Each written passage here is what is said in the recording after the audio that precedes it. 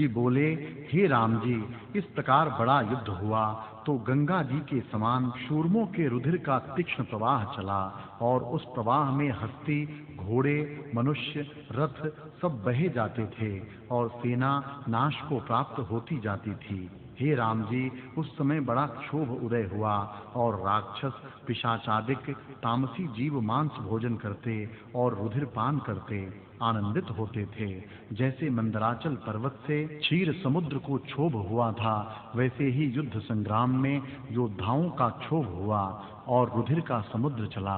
उसमें हस्ती, घोड़े, रथ और शूरमा तंगों की भांति उछलते दृष्टि आते थे। रथ वालों से रथ वाले, घोड़े वालों से घोड़े वाले, हस्ती वाले से हस्ती वाले और प्यादे से प्यादे युद्ध करते थे। हे राम जी, जैसे प्रलय काल की अग्नि में जीव जलते हैं, वैसे ही जो योद्धा रणभूमि में आवे सो नाश को प्राप्त हों।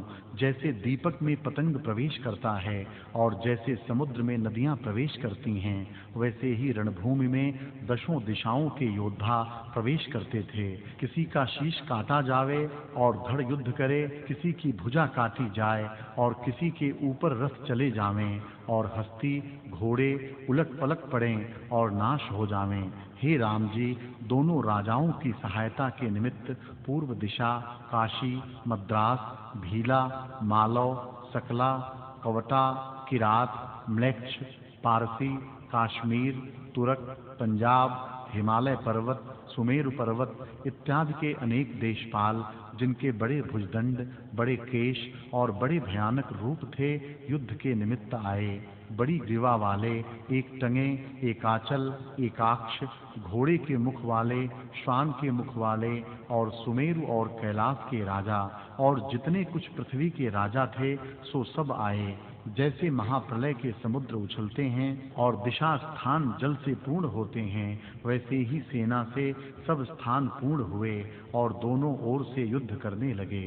चक्र वाले चक्र वालों से और खंग, कुल्हाड़े, त्रिशूल, छुरी, कटारी, बर्छी, गदा, वाणादिक शस्त्रों से परस्पर युद्ध करने लगे। एक कहे कि मैं प्रथम जाता हूँ, दूसरा कहे कि मैं प्रथम आता हूँ। हे राम जी, उस काल में ऐसा युद्ध होने लगा कि कहने में नहीं आता।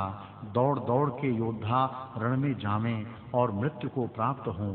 जैसे अग्नि में घृत की आहुति भस्म होती है, वैसे ही रण में योद्धा नाश को प्राप्त होते थे।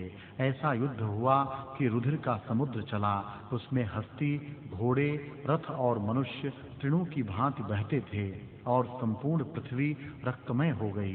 जैसे आंधी से फल, फूल और वृक्ष गिरते हैं, वैसे ही पृथ्वी पर कट कट शब्द करके शिर गिरते थे। हे राम जी, जो उस काल में युद्ध हुआ वह कहा नहीं जाता। सहस्त्रमुख शेष नाग भी उस युद्ध के कर्मों का संपूर्ण वर्णन न कर सकेंगे। तब और कौन कहेगा? मैंने वह संक्षेप से कुछ सुनाया है। इत श्री योग वासिष्ठे लीलोपाख्याने द्वंद्व युद्ध वर्णन नाम सप्तविंशतितम सर्गः। वशिष्ठ जी बोले, हे राम जी, जब इस प्रकार युद्ध हुआ तो सूर्य अस्त हुआ मानो उसकी किरणें भी शस्त्रों के प्रहार से अस्तता को प्राप्त हुईं। तब विदुरथ ने सेनापति और मंत्री को बुलाकर कहा कि हे मंत्रियों, अब युद्ध को शांत करो, क्योंकि सूर्य अस्त हुआ है और योद्धा भी सब युद्ध करके थके हैं। रात्रि को सब आराम करें, दिन को फिर युद्ध करेंगे। इससे आज्ञा फेरो कि अब युद्ध शांत हो। तब मंत्री ने दोनों सेनाओं के मध्य में ऊंचे चढ़ के वस्त्र फेरा कि अब युद्ध को शांत करो, दिन को फिर युद्ध करेंगे। निदान दोनों सेनाओं ने युद्ध का त्याग किया और अपनी अपनी सेना में नौबत नगारे बजाने लगे और राजा विदुरथ भी अपने गृह में आ स्थित हुआ। जैसे शरत काल में मेघों से रहित आकाश निर्मल होता है, वैसे ही रण में संग्राम शांत हुआ। रात्रि को राक्षस, पिशाच, गीदड़, भेड़िए और डाकिनी मांस का भोजन करने और रुधिर पान करने लगे। कितनों के सिर और अंग कट गए, पर जीते थे और पड़े हाय हाय करते थे। वे निशाचरों को देख के डरने लगे और कितने लोगों ने भाई और मित्रों को देखा। हे राम जी, राजा विदुरथ ने स्वर्ण के मंदिर में फूलों सहित चंद्रमा की भांति शीतल और सुंदर शैया पर जब किवाड़ चढ़ा के विश्राम किया और मंत्रियों के साथ विचार किया कि प्रातः काल उठ के ऐसे करेंगे, ऐसा विचार करके राजा ने शयन किया, पर एक मुहूर्त पर्यंत सोया और फिर चिंता से जग उठा। इधर इन दोनों देवियों ने आकाश से उतर जैसे कि संध्या काल में कमल के मुख मोदते हैं और उनमें वायु प्रवेश कर जाता है, वैसे ही मंदिरों में सूक्ष्म रूप से प्रवेश किया। इतना सुन राम जी ने पूछा, हे भगवन, शरीर से परमाणु के रंध्र में देवियों ने कैसे प्रवेश किया? वह तो कमल के तंतु और बाल के अग्र से भी सूक्ष्म होते हैं।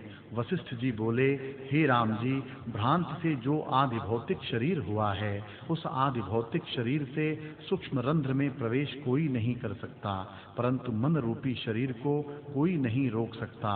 हे राम जी, देवी और लीला का अंतवाहक शरीर था, उससे सूक्ष्म परमाणु के मार्ग से उसको प्रवेश करने में कुछ विचार न हुआ। जो उनका आदि भौतिक शरीर होता तो यत्न भी होता, जहाँ आदि भौतिक न हो वहाँ यत्न की शंका कैसे हो?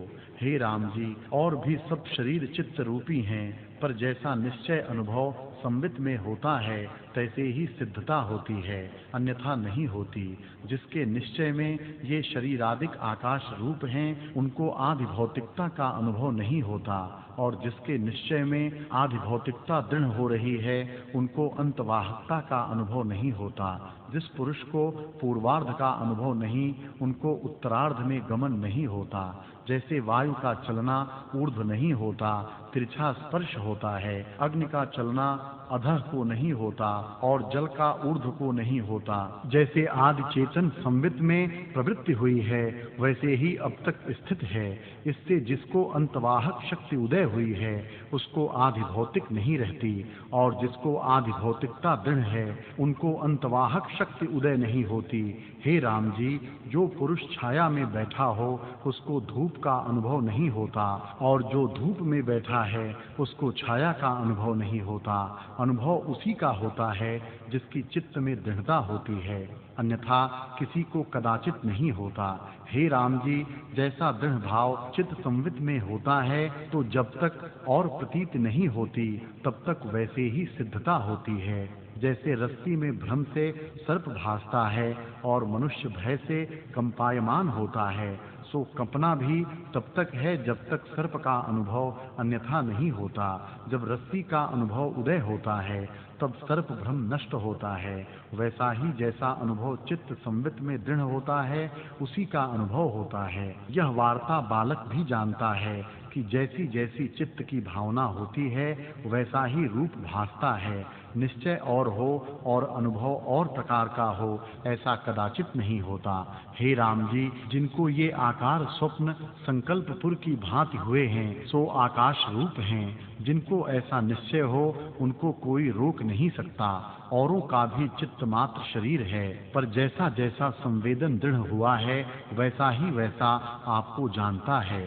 हे राम जी, आदि में सब कुछ आत्मा से स्वाभाविक उपजा है, सो अकारण रूप है, और पीछे प्रमाद से द्वैत कार्य कारण रूप होके स्थित हुआ है। हे राम जी, आकाश तीन हैं, एक चिदाकाश, दूसरा चित्ताकाश और तीसरा भूताकाश। उनमें वास्तव एक चिदाकाश है, और भावना करके भिन्न भिन्न कल्पना हुई हैं। आदि शुद्ध अचेत चिन्मात्र चिदाकाश में जो संवेदन फुरा है, उसका नाम चित्ताकाश है, और उसी में यह संपूर्ण जगत हुआ है। हे राम जी, चित्त रूपी शरीर सर्वगत होकर स्थित हुआ है। जैसा जैसा उसमें स्पंद होता है, वैसा ही वैसा होके भासता है। जितने कुछ पदार्थ हैं, उन सबों में व्याप रहा है। त्रसरेणु के अंतर भी सूक्ष्म भाव से स्थित हुआ, और आकाश के अंतर भी व्याप रहा है। पत्र फल उसी से होते हैं। जल में तरंग होके स्थित हुआ है। पर्वत के भीतर यही फुरता, मेघ होके भी यही वर्षता, और जल से बर्फ भी यह चित्त ही होता है। अनंत आकाश परमाणु रूप भीतर बाहर सर्व जगत में यही है। जितना जगत है वह चित्त रूप ही है और वास्तव में आत्मा से अनंत रूप है। जैसे समुद्र और तरंग में कुछ भेद नहीं, वैसे ही आत्मा और चित्त में कुछ भेद नहीं। जिस पुरुष को ऐसे अखंड सत्ता आत्मा का अनुभव हुआ है और जिसका सर्ग के आदि में चित्त ही शरीर है और आदि भौतिकता को नहीं प्राप्त हुआ, वह महाकाश रूप है। उसको पूर्व का स्वभाव स्मरण रहा है, इस कारण उसका अंतवाहक शरीर है।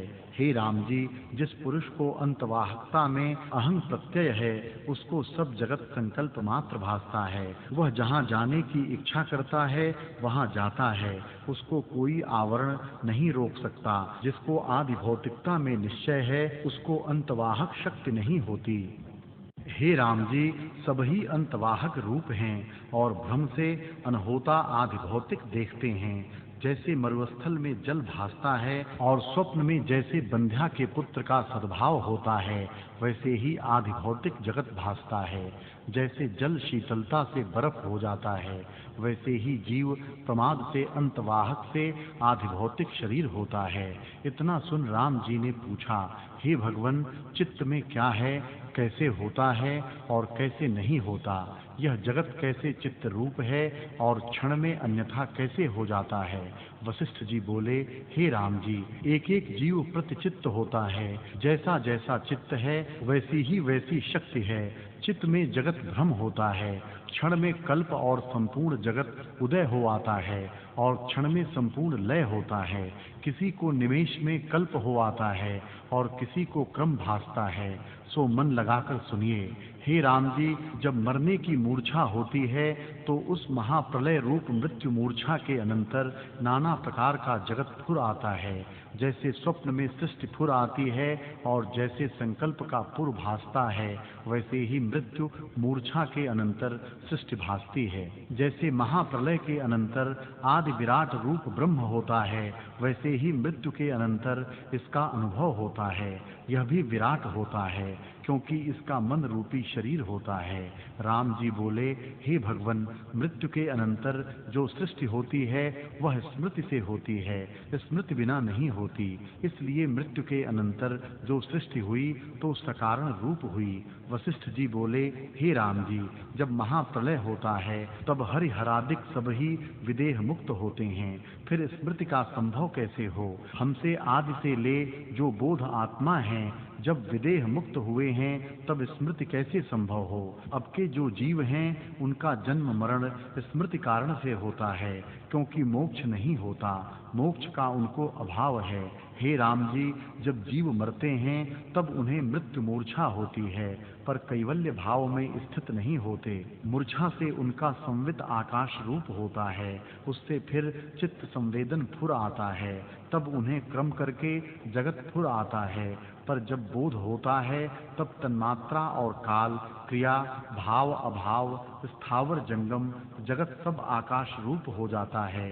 जिसका संवेदन दृश्य की ओर धावता है, उनको मृत्यु मूर्छा के अनंतर अज्ञान संवेदन फुरता है, उससे उन्हें शरीर और इंद्रियां भास आती हैं। वह अंतवाहक शरीर है, परंतु चिरकाल की प्राप्ति करके आदि भौतिक होता भासता है।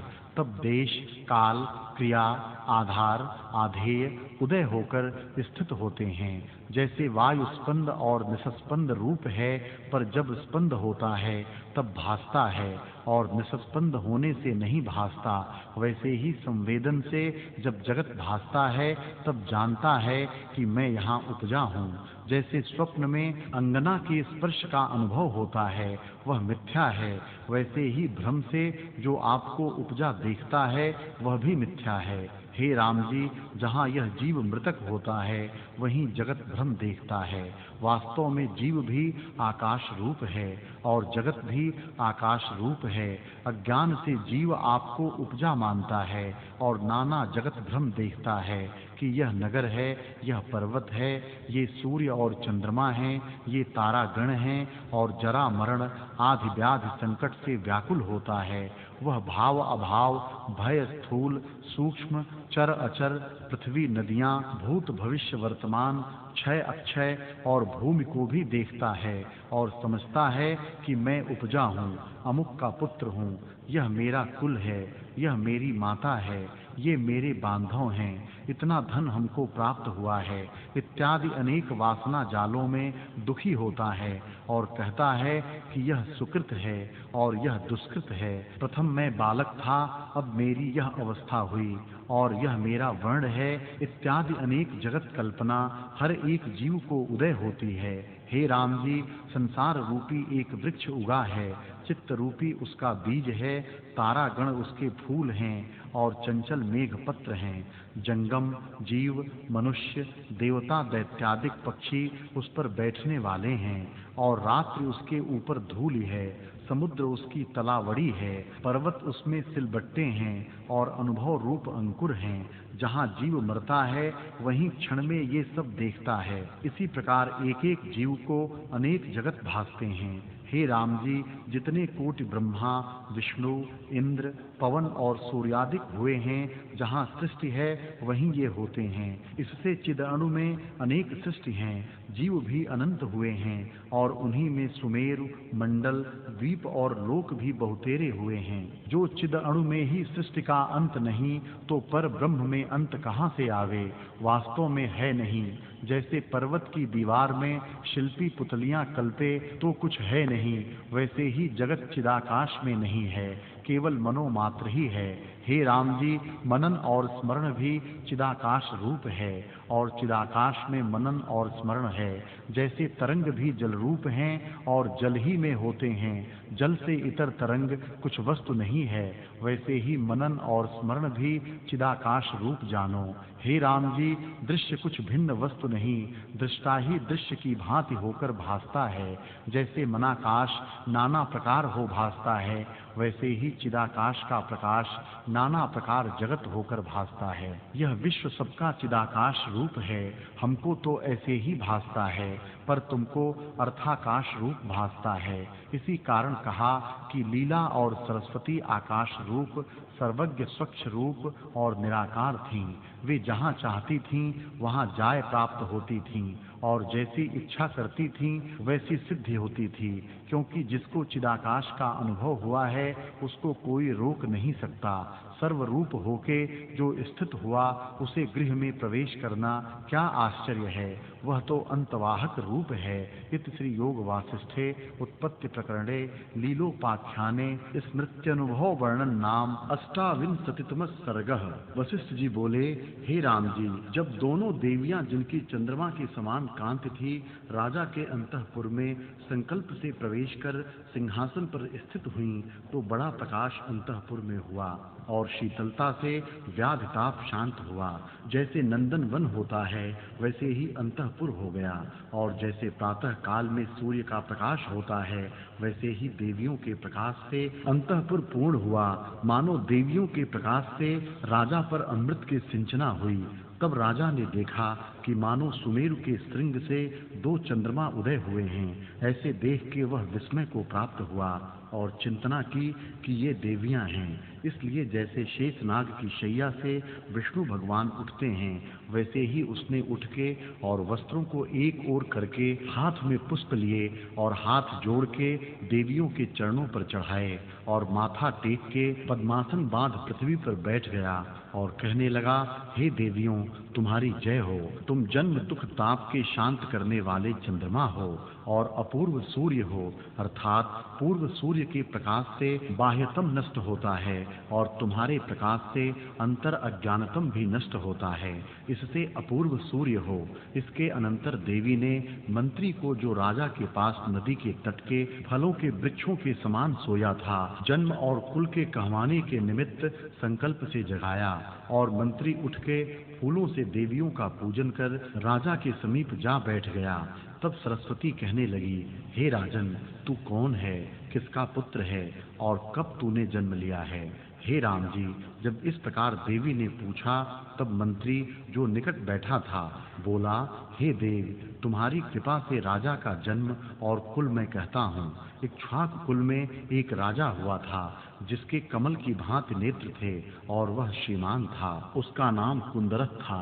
निदान उसका पुत्र बुधरथ हुआ, बुधरथ के सिंधुरथ हुआ, उसका पुत्र महारथ हुआ, महारथ का पुत्र विष्णुरथ हुआ, उसका पुत्र कलारथ हुआ, कलारथ का पुत्र सैरथ हुआ, सैरथ का पुत्र नभरथ हुआ, और उस नभरथ के बड़े पुण्य करके यह विदुरथ पुत्र हुआ। जैसे क्षीर समुद्र से चंद्रमा निकला है, वैसे ही सुमित्रा माता से यह उपजा है। जैसे गौरी जी से स्वामी कार्तिक उत्पन्न हुए हैं, वैसे ही यह सुमित्रा से उत्पन्न हुए हैं। हे देवी, इस प्रकार तो हमारे राजा का जन्म हुआ है।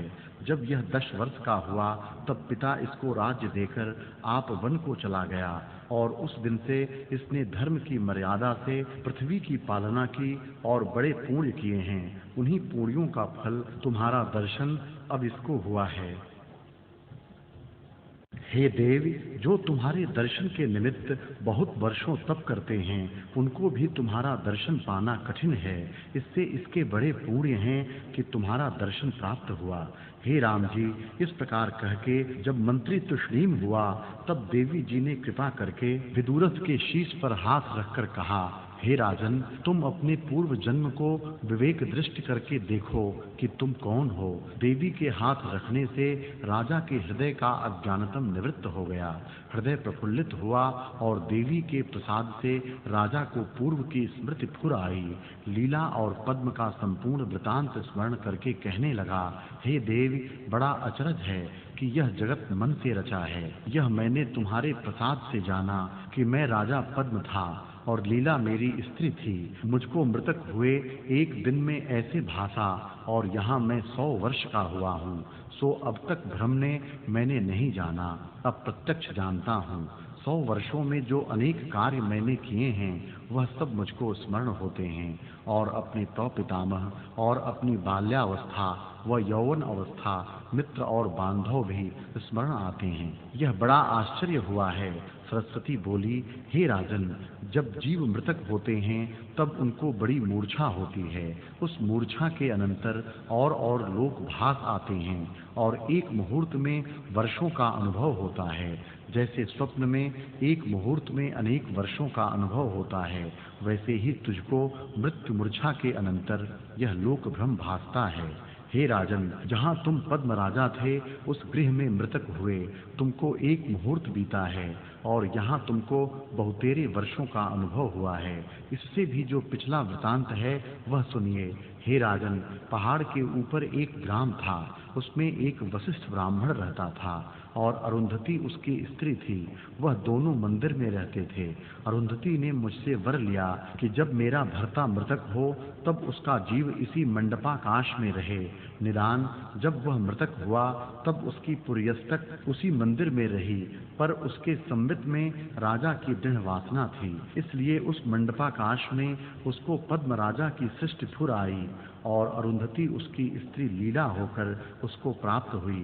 राजा पद्म का मंडप उस ब्राह्मण के मंडपाकाश में स्थित हुआ, और फिर उस मंडप में जब तू राजा पद्म मृतक हुआ तब तेरे संबित में नाना प्रकार के आरंभ संयुक्त यह जगत फुर आया। हे राजन, यह तेरा जगत पद्म राजा के हृदय में फुर आया है और पद्म राजा के मंडपाकाश में स्थित है। पद्म राजा का जगत उस वशिष्ठ ब्राह्मण के मंडपाकाश में स्थित है, और वही वशिष्ठ ब्राह्मण तुम विदुरथ राजा हुए हो। हे राजन, यह सब जगत प्रतिभा मात्र है और मन की कल्पना से भासता है, उपजा कुछ नहीं। इतना सुन विदुरथ बोले, बड़ा आश्चर्य है कि जैसे मेरा यह जन्म भ्रम रूप हुआ, वैसे ही इक्ष्वाकु कुल का और मेरे माता पिता सब भ्रम रूप हुए हैं। उसमें मैं जन्म लेके बालक हुआ, और जब 10 वर्ष का था तब पिता ने मुझको राज्य देके वनवास लिया। फिर मैंने दिग्विजय करके प्रजा की पालना की और 100 वर्षों का मुझको अनुभव होता है। फिर मुझको दारुण अवस्था युद्ध की इच्छा हुई और युद्ध करके रात्रि को मैं घर में आया। तब तुम दोनों देवियां मेरे गृह में आईं और मैंने तुम्हारी पूजा की। तब तुम दोनों में से एक देवी ने कृपा करके मेरे शीश पर हाथ रखा है। उसी से मुझको ज्ञान प्रकाश हुआ है। जैसे सूर्य के प्रकाश से कमल प्रफुल्लित होता है, वैसे ही मेरा हृदय देवी के प्रकाश से प्रफुल्लित हुआ है। इनकी कृपा से मैं कृतकृत्य हुआ और अब मेरा सब संताप नष्ट होकर निर्वाण, समता, सुख और निर्मल पद को प्राप्त हुआ हूँ। सरस्वती बोली, हे राजन, जो कुछ तुझको भासा है वह भ्रम मात्र है और नाना प्रकार के व्यवहार और लोकांतर भी भ्रम मात्र हैं, क्योंकि वहाँ तुझको मृतक हुए अभी एक मुहूर्त व्यतीत हुआ है और इसी अनंतर में उसी मंडपाकाश में तुझको यह जगत भासा। पद्म राजा की वह सृष्टि ब्राह्मण के मंडप में स्थित है और यहाँ तुझको नदियाँ, पर्वत, समुद्र, पृथ्वी आदि भूत संपूर्ण जगत भास आए हैं। हे राजन, मृत्यु मूर्छा के अनंतर कभी वही जगत भासता है, कभी और प्रकार भासता है और कभी पूर्व अपूर्व भी भासता है। यह केवल मन की कल्पना है, पर वास्तव में असत रूप है और अज्ञान से सत की भांति भासता है। जैसे एक मुहूर्त शयन करके स्वप्न में बहुतेरे वर्षों का क्रम देखता है, वैसे ही जगत का अनुभव होता है। जैसे संकल्पपुर में अपना जीना, मरना और गंधर्व नगर भ्रम मात्र होता है, जैसे नौका में बैठे हुए मनुष्य को तट के वृक्ष चलते हुए भासते हैं, भ्रमण करने से पर्वत, पृथ्वी और मंदिर भ्रमते भासते हैं और स्वप्न में अपना सिर कटा भासता है, वैसे ही यह जगत भ्रम से भासता है। हे राजन, अज्ञान से तुझको मिथ्या कल्पना उपजी है। वास्तव में न तो मृतक हुआ और न तूने जन्म लिया। तेरा अपना आप जो शुद्ध विज्ञान शांति रूप आत्मपद है, उसी में स्थित है। नाना प्रकार का जगत अज्ञान से भासता है और सम्यक ज्ञान से सर्वात्म सत्ता भासती है। आत्मसत्ता ही जगत की भांति भासती है। जैसे बड़ी मणि की किरणें नाना प्रकार हो भासती हैं, सो वह मणि से भिन्न नहीं, वैसे ही आत्मसत्ता का किंचन आकाश रूप जगत भासता है। गिरि और ग्राम किंचन रूप हो जिसका जगत विस्तार तुमको भासता है, वह लीला और पद्म राजा के मंडपाकाश में स्थित है और लीला और पद्म की राजधानी उस वशिष्ठ ब्राह्मण के मंडपाकाश में स्थित है। हे राजन, यह जगत वशिष्ठ ब्राह्मण के हृदय मंडपाकाश में फुरता है। वह मंडपाकाश जो आकाश में स्थित है, उसमें न पृथ्वी है, न पर्वत हैं, न मेघ हैं, न समुद्र हैं और न कोई मुमुक्षु है। केवल शून्य शून्य स्थित है और न कोई जगत है, न कोई देखने वाला है। यह सब भ्रांति मात्र है। हे राजन, यह सब तेरे उस मंडपाकाश में फुरते हैं। विदुरथ बोले, हे देव, जो ऐसा ही है तो यह मेरे भृत्य भी अपने आत्म में सत हैं व असत हैं, कृपा करके कहिए। देवी बोली, हे राजन, विदित वेद जो पुरुष है वह शुद्ध बोध रूप है। उसको कुछ भी जगत सत्य रूप नहीं भासता, वह चिदाकाश रूप ही भासता है। जैसे भ्रम निवृत्त होने पर रस्सी में सर्प नहीं भासता, वैसे ही जिन पुरुषों को आत्मबोध हुआ है और जिनका जगत भ्रम निवृत्त हुआ है, उनको जगत सत नहीं भासता। जैसे सूर्य की किरणों में जल को असत जाने तो फिर जल सत्ता नहीं भासती, वैसे ही जिनको आत्मबोध हुआ है और जगत को असत जानते हैं, उनको सत नहीं भासता। हे राजन, जैसे स्वप्न में कोई भ्रम से अपना कटा शीश देखे और जागने पर स्वप्न का मरना नहीं देखता, वैसे ही ज्ञानवान को जगत सत नहीं भासता। जैसे स्वप्न का मरना भ्रम से देखता है, वैसे ही अज्ञानी को जगत सत भासता है, परंतु वास्तव में कुछ नहीं। शुद्ध बोध में जगत भ्रम भासता है। जैसे शरत काल में मेघ से रहित शुद्ध आकाश होता है, वैसे ही शुद्ध बोध वालों को अहं त्वं आदि व्यर्थ शब्द का अभाव होता है। हे राजन, तुम और हमारे भृत्य इत्यादि जो यह सृष्टि है, वह सब आत्मा के फुरे हैं और वास्तव में कुछ नहीं हुआ। केवल आत्मसत्ता अपने आप में स्थित है और भ्रम से और कुछ भासता है। पर शुद्ध विज्ञान घन रूप ही उसका शेष रहता है। इतना कहकर वाल्मीकि जी बोले कि इस प्रकार जब देवी और विदुरथ का संवाद वशिष्ठ जी ने राम जी से कहा, तब सूर्य अस्त होकर सायंकाल का समय हुआ और सब सभा परस्पर नमस्कार करके स्नान को गई। जब रात्रि बीत गई, सूर्य की किरणों के निकलते ही सब अपने स्थानों पर आके बैठे। इत श्री योग वासिष्ठे लीलोपाख्याने भ्रांति विचारो नामैकोन त्रिंशतम सर्गः।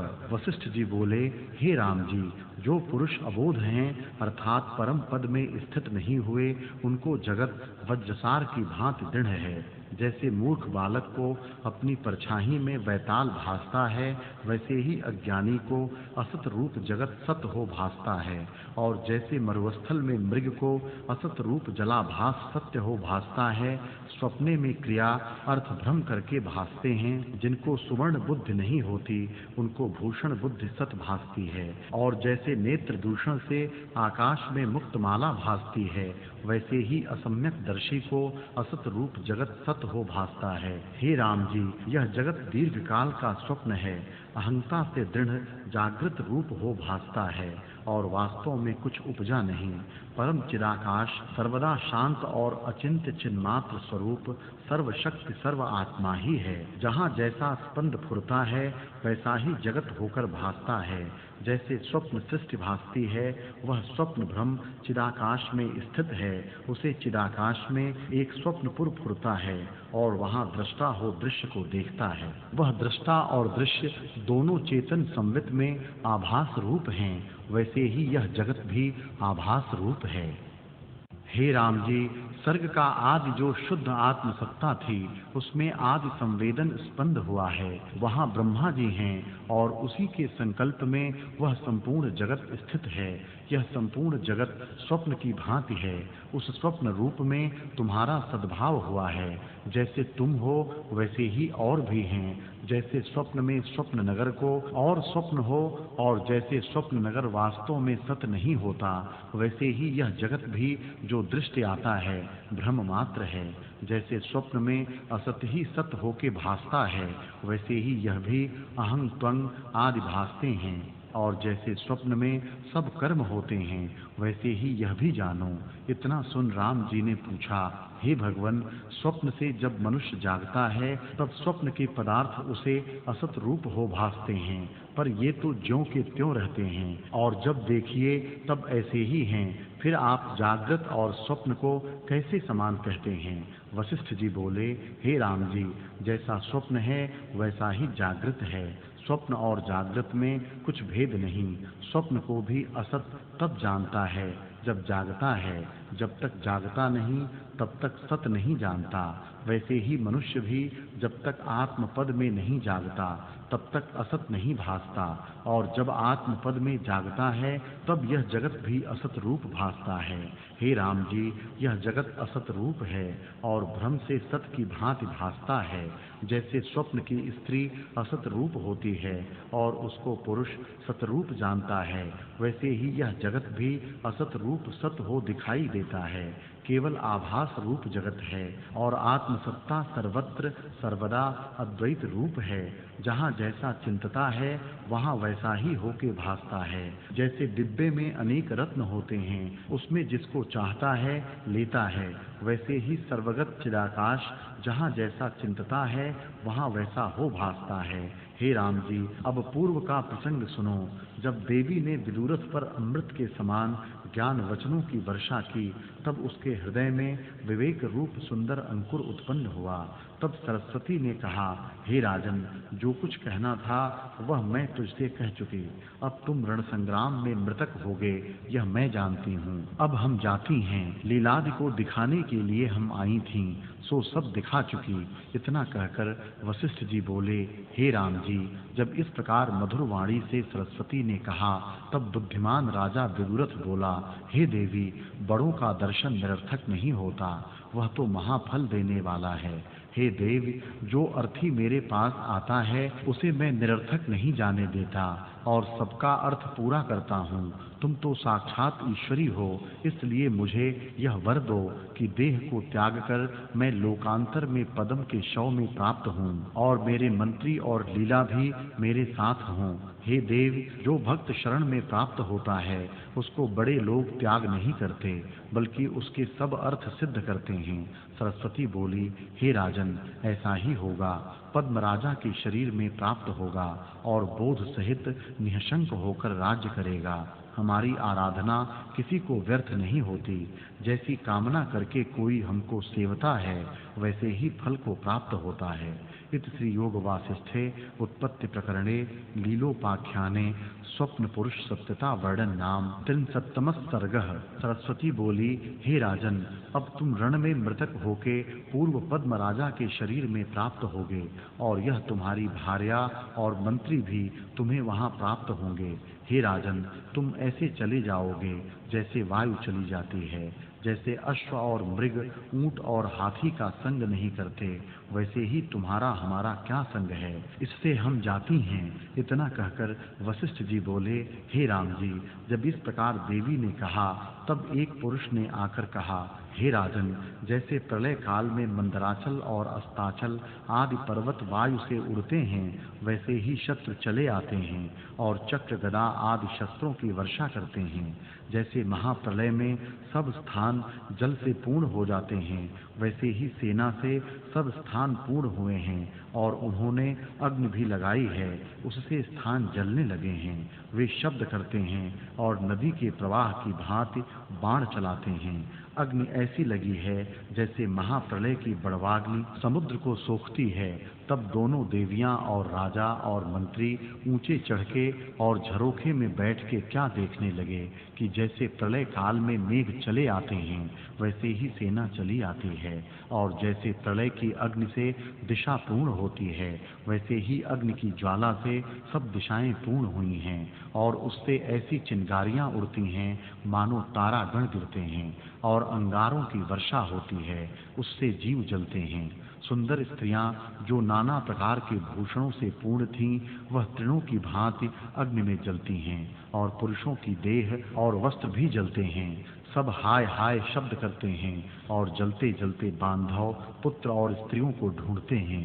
हे राम जी, यह आश्चर्य देखो कि ऐसे स्नेह से जीव बांधे हुए हैं कि मृत्यु काल में भी स्नेह नहीं त्याग सकते, पर सेना के लोग दूसरे लोगों को मार के स्त्रियों को ले जाते हैं। हे राम जी, उस काल रणभूमि में चहुओर शब्द छा गया। कोई कहता था हाय पिता, कोई कहता था हाय माता, हाय भाई, हाय पुत्र, हाय स्त्री। घोड़े, गौ, बैल, ऊंट आदि पशु इकट्ठे मिल गए और अग्नि की ज्वाला वृद्धि होती जाती है और बड़ा क्षोभ उदय हुआ। जैसे महाप्रलय की अग्नि होती है, वैसे ही सब स्थान अग्नि से पूर्ण हुए और उनमें अनेक जीव और स्थान दग्ध होने लगे। इत श्री योग वासिष्ठे उत्पत्ति प्रकरणे लीलोपाख्याने अग्निदाह वर्णन नाम 63 सर्गः। वशिष्ठ जी बोले, हे राम जी, इस प्रकार नगर को देखता था कि लीला सहेलियों सहित अपने दूसरे स्थान से जहाँ राजा विदुरथ था आई। उसके महासुंदर भूषण कुछ टूटे हुए और कुछ शिथिल थे। एक सहेली ने कहा, हे राजन, तुम्हारे अंतःपुर में जो स्त्रियां थीं उन्हें शत्रु ले गए हैं, पर इस लीला रानी को हम बड़े यत्न से चुरा कर ले आई हैं और दूसरे लोगों को उन शत्रुओं ने बड़ा कष्ट दिया है। तुम्हारे द्वारे पर जो सेना बैठी है उसको भी वह चूर्ण करते हैं और समस्त नगर को जलाकर लूट लिया है। हे राम जी, जब इस प्रकार सहेली ने राजा से कहा, तब राजा ने सरस्वती जी से कहा, हे देवी जी, यह लीला तुम्हारी शरण आई है और तुम्हारे चरण कमलों की भ्रमरी है, इसकी रक्षा करो और अब मैं युद्ध करने जाता हूँ। जब इस प्रकार कहकर राजा क्रोध संयुक्त युद्ध करने को रण की ओर मत्त हाथी के समान चला, तब देवी के साथ जो प्रथम लीला थी उसने क्या देखा कि उस लीला का अपनी ही मूर्ति सा सुंदर आकार है। जैसे आरसी में प्रतिबिंब होता है, वैसे ही देख के कहने लगी, हे देव, इससे मैं क्यों कर प्राप्त हुई? जब मैं प्रथम आई थी तब तो मुझको मंत्री, टहलुए और अनेक पुरवासी देखते थे और वह संशय मैंने तुमसे निवृत्त किया था। फिर अब मैं इस प्रकार कैसे आन स्थित हुई? यह दृश्य रूप कैसा आदर्श है जिसके भीतर बाहर प्रतिबिंब होता है? यह मंत्री और टहलुए और मेरा यह स्वरूप क्या है और दृश्य भाव हो क्यों कर भासता है? मेरा यह संशय दूर करो। देवी बोली, हे लीले, जैसे चित्त संवित में स्पंद फुरता है वैसे ही तत्काल सिद्ध होता है। जिस अर्थ को चिंतन करने वाला चित्त संवित शरीर को त्यागता है उसी अर्थ को प्राप्त होता है और उसी क्षण में देश काल और पदार्थ की दीर्घता होती है। जैसे स्वप्न सृष्टि फुर आती है वैसे ही परलोक दृष्टि भास आती है। हे लीले, जब तेरा भर्ता मृतक होने लगा था तब तुझमें और मंत्रियों में इसका बहुत स्नेह था।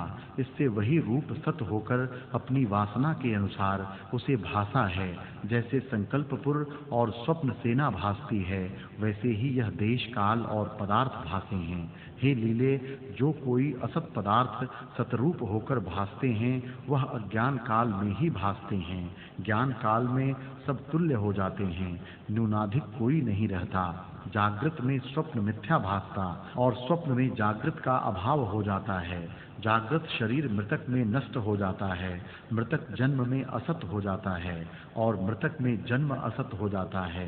हे लीले, जब इस प्रकार इनको विचार कर देखिए तो सब अवस्था भ्रांति मात्र हैं, वास्तव में कोई सत्य नहीं। हे लीले, सर्ग से आदि महाप्रलय पर्यंत कुछ नहीं हुआ, सदा ज्यों की त्यों ब्रह्म सत्ता अपने आप में स्थित है। जगत आभास मात्र है और अज्ञान से भासता है। जैसे आकाश में तरवरें भासते हैं वैसे ही आत्मा में जगत भ्रम से भासता है और वास्तव में कुछ भी नहीं। जैसे समुद्र में तरंगें उपजकर लीन होती हैं वैसे ही आत्मा में जगत उपजकर लीन होते हैं। इससे अहं त्वं आदि शब्द भ्रांति मात्र हैं। हे लीले, यह जगत मृग तृष्णा के जलवत है, इसमें आस्था करना अज्ञानता है और भ्रांति भी, कुछ वस्तु नहीं। जैसे घनतम में यक्ष भासता है पर वह यक्ष कोई वस्तु नहीं, ब्रह्म सत्ता ज्यों की त्यों है वैसे ही भ्रांति भी कुछ वस्तु नहीं। जन्म मृत्यु और मोह सब असत रूप हैं। अहं त्वं आदि जितने शब्द हैं उनका महाप्रलय में अभाव हो जाता है। उसके पीछे जो शुद्ध शांत रूप है वह भी वही जान कि ज्यों की त्यों ब्रह्म सत्ता है। हे लीले, यह जो पृथ्वी आदि भासते हैं सो भी संवित रूप हैं, क्योंकि जब चित्त संवित स्पंद रूप होता है तब यह जगत हो के भासता है और इसी कारण संवित रूप है। हे लीले, जीव रूपी समुद्र में जगत रूप तरंग उत्पन्न होते हैं और लीन भी होते हैं, पर वास्तव में जल रूप हैं और कुछ नहीं। जैसे अग्नि में उष्णता होती है वैसे ही जीव में सर्ग है। जो ज्ञानवान है उसको सर्वात्मा भासता है और अज्ञानी को भिन्न भिन्न कल्पना होती है।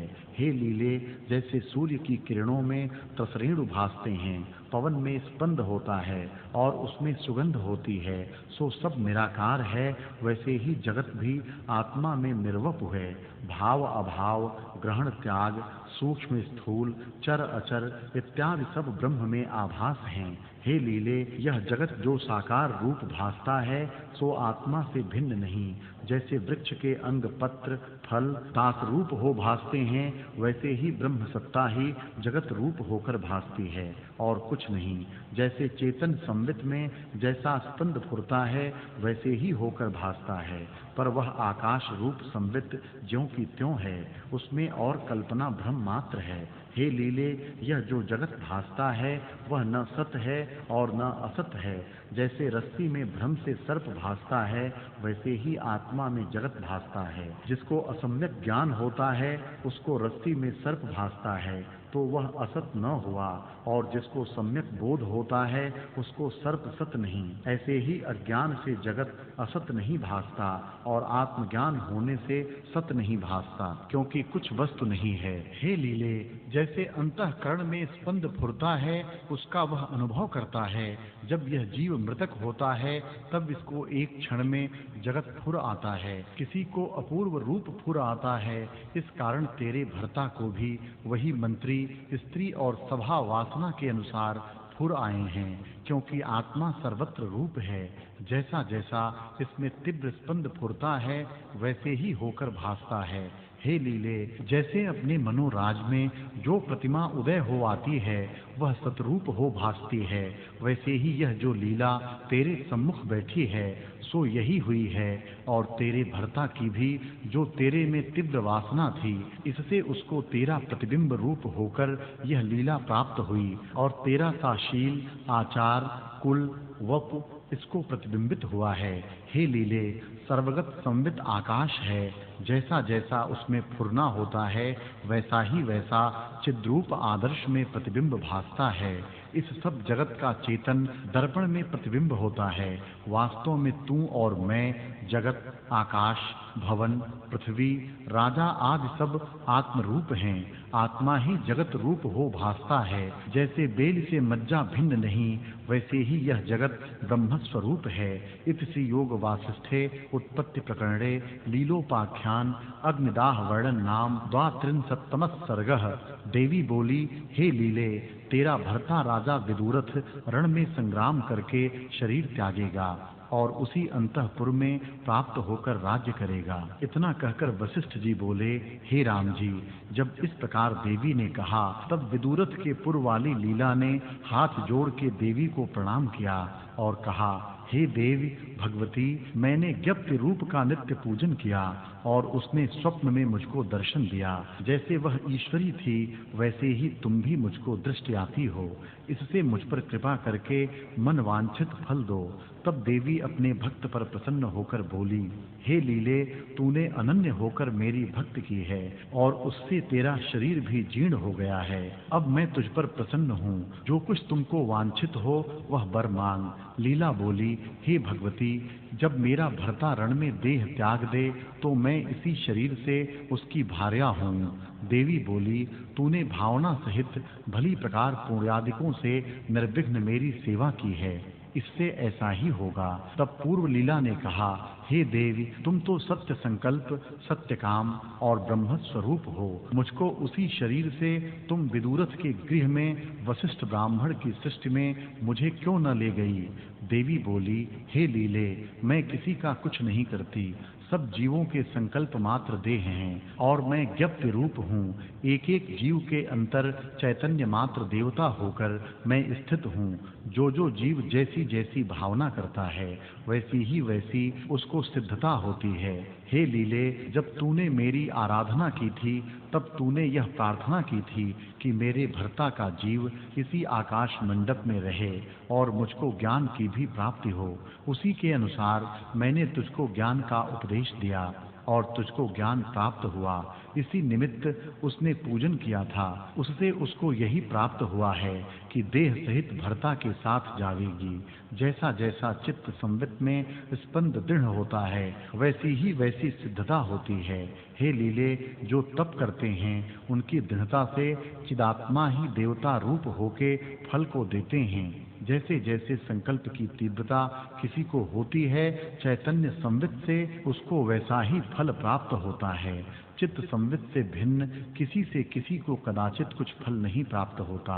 आत्मा सर्वगत और सर्व के अंतःकरण में स्थित है। जैसे उसमें चैत्यता होती है, उसको वैसा ही शुभाशुभ भाव प्राप्त होता है। इति श्री योग वासिष्ठे उत्पत्ति प्रकरणे सत्य काम संकल्प वर्णन नाम 33 सर्गः। राम जी बोले, हे भगवन, राजा विदुरथ जब देवी से कहकर संग्राम में गया तो उसने वहां क्या किया? वशिष्ठ जी बोले, हे राम जी, जब राजा गृह से निकला तो तारों में चंद्रमा के सदृश संपूर्ण सेना से सुशोभित हुआ और रथ आरूढ़ होकर सभा सहित संग्राम में आया। तब रथ मोती और मड़ियों से पूर्ण था और उसमें 8 घोड़े लगे थे, जो वायु से भी तीक्ष्ण चलते थे, और उसमें 5 ध्वजा थीं। उस रथ पर आरूढ़ हो राजा इस भांति संग्राम में आया, जैसे सुमेरु पर्वत पंखों से समुद्र में जा पड़े। तब जैसे प्रलय काल में समुद्र इकट्ठे हो जाते हैं, वैसे ही दोनों सेनाएं इकट्ठी हो गईं और बड़ा युद्ध होने लगा और मेघों की भांति योद्धों के शब्द होने लगे। जैसे मेघ के बूंदों की वर्षा होती और अग्नि से चिंगारियां निकलती हैं, वैसे ही शस्त्रों की वर्षा होने लगी। जैसे प्रलय काल की बड़वानल अग्नि होती है, वैसे ही शस्त्रों से अग्नि निकलती थी और उन शस्त्रों से अनेक जीव मरे। इस प्रकार जब बड़ा युद्ध होने लगा, तब विदुरथ की सेना कुछ निर्बल हुई और ऊर्ध्व में जो दोनों लीला देवी की दिव्य दृष्टि से देखती थीं, उन्होंने कहा, हे देवी, तुम तो सर्वशक्तिमान हो और हमारे पर तुम्हारी दया भी है। हमारे भर्ता की जय क्यों नहीं होती, इसका कारण कहो। देवी बोली, हे लीले, विदुरथ के शत्रु राजा सिद्ध ने जय के निमित्त चिरकाल पर्यंत मेरी पूजा की है और तुम्हारे भर्ता ने जय के निमित्त पूजा नहीं की, मोक्ष के निमित्त की है। इससे जीत सिद्ध राजा की होगी और तेरे भर्ता को मोक्ष की प्राप्ति होगी। हे लीले, जिस जिस निमित्त कोई मेरी सेवा करता है, हम उसको वैसा ही फल देती हैं। इससे राजा सिद्ध विदुरथ को जीतकर राज्य करेगा। वशिष्ठ जी बोले, हे राम जी, फिर सेना को सब देखने लगीं और दोनों राजा का परस्पर तीव्र युद्ध होने लगा। दोनों राजों ने ऐसे बाण चलाए मानो दोनों विष्णु हो खड़े हैं। विदुरथ ने एक बाण चलाया, उसके सहस्त्र हो गए और उसके आगे आकर लाख हो गए और परस्पर युद्ध करते करते टुकड़े टुकड़े होके गिर पड़े। ऐसे दूर से दूर बाण चले जाते थे कि जैसे निर्वाण किया दीपक नहीं भासता। तब राजा सिद्ध ने मोह रूपी अस्त्र चलाया और उसके आने से विदुरथ के सिवा सब सेना मोहित हुई। जैसे उन्मत्तता से कुछ सुधि नहीं रहती, वैसी ही उनको कुछ सुधि न रही और परस्पर देखते ही रह गए, मानो चित्र लिखे हैं। तब राजा विदुरथ को भी मोह का आवेश होने लगा, तो उसने प्रबोध रूपी शास्त्र चलाया। उससे सबका मोह छूट गया और जैसे सूर्य के उदय होने से सूर्यमुखी कमल प्रफुल्लित हो आते हैं, वैसे ही सबके हृदय प्रफुल्लित हो गए। तब सिद्ध राजा ने नागास्त्र बाण चलाया, उससे अनेक ऐसे नाग निकल आए मानो पर्वत उड़े आते हैं। निदान सब दिशाएं नागों से पूर्ण हो गईं और उनके मुख से विष और अग्नि की ज्वाला निकली, जिससे विदुरथ की सेना ने बहुत कष्ट पाया। तब राजा विदुरथ ने गरुणास्त्र चलाया, उससे अनेक गरुड़ प्रकट हुए और जैसे सूर्य के उदय होने से अंधकार नष्ट हो जाता है, वैसे ही सर्प नष्ट हुए और नागों को नष्ट करके गरुड़ भी अंतर्ध्यान हो गए। जैसे संकल्प के त्यागने से संकल्प सृष्टि का अभाव हो जाता है, वैसे ही गरुड़ अंतर्ध्यान हो गए और जैसे स्वप्न से जागे हुए को स्वप्न नगर का अभाव हो जाता है, वैसे ही गरुड़ों का अभाव हो गया। फिर जब कोई बाण सिद्ध चलावे तो विदुरथ उसको नष्ट करे, जैसे सूर्य तम को नष्ट करे, और उसने बाणों की बड़ी वर्षा की, उससे सिद्ध भी क्षोभ को प्राप्त हुआ। तब पिछली लीला ने झरोखे से देख के देवी से कहा, हे देवी, अब मेरे भर्ता की जय होती है। देवी सुन के मुस्कुराई, पर मुख से कुछ न कह हृदय में विचारा कि जीव का चित्त बहुत चंचल है। ऐसे देखते ही थे कि सूर्य उदय हुए, मानो सूर्य भी युद्ध का कौतुक देखने आए हैं, और सिद्ध ने तम रूपी अस्त्र चलाया, जिससे सर्व दिशा श्याम हो गई और कुछ भी न भासित होता था, मानो काजल की समष्टिता इकट्ठी हुई है। तब विदुरथ ने सूर्यसा प्रकाश रूपी अस्त्र चलाया, जिससे सब तम नष्ट हो गया। जैसे शरत काल में सब घटा नष्ट हो जाती है, केवल शुद्ध आकाश ही रहता है, ऐसे आत्मज्ञान से लोभादिक का ज्ञानी को अभाव हो जाता है, और जैसे लोभ रूपी काजल के निवृत्त होने से ज्ञानवान की बुद्धि निर्मल होती है, वैसे ही प्रकाश से तम नष्ट हो गया और सब दिशा निर्मल हुई। जैसे अगस्त्य मुनि समुद्र को पान कर गए थे, वैसे ही प्रकाश तम का पान कर गया।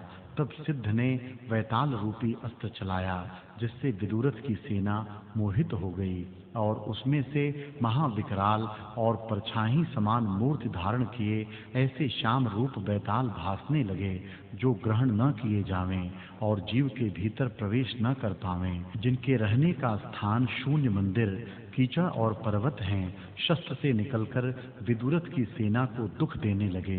पिशाच वह होते हैं जिनकी शास्त्रोक्त क्रिया नहीं होती, और जो मर के भूत पिशाच और वैताल होते हैं और राग द्वेष तृष्णा और भूख से जलते रहते हैं। उनका कोई बड़ा सरदार विदुरथ के निकट आने लगा। तब विदुरथ ने रूपका नामक अस्त्र चलाया और उससे महाभयानक रूप, बड़े नख, केश, जिह्वा, उदर और होठ सहित नग्न रूप भैरव प्रकट होकर वैतालों को भोजन करने और खप्पर में रक्त भरकर पीने और नृत्य करने लगे और सबको दुख देने लगे। तब सिद्ध ने क्रोध करके राक्षस रूपी अस्त्र चलाया, जिससे 1 कोटि भयानक रूप और काले राक्षस पाताल और दिशाओं से निकले, जिनकी जिह्वा निकली हुई और ऐसा चमत्कार करते थे जैसे शाम मेघ में बिजली चमत्कार करती है।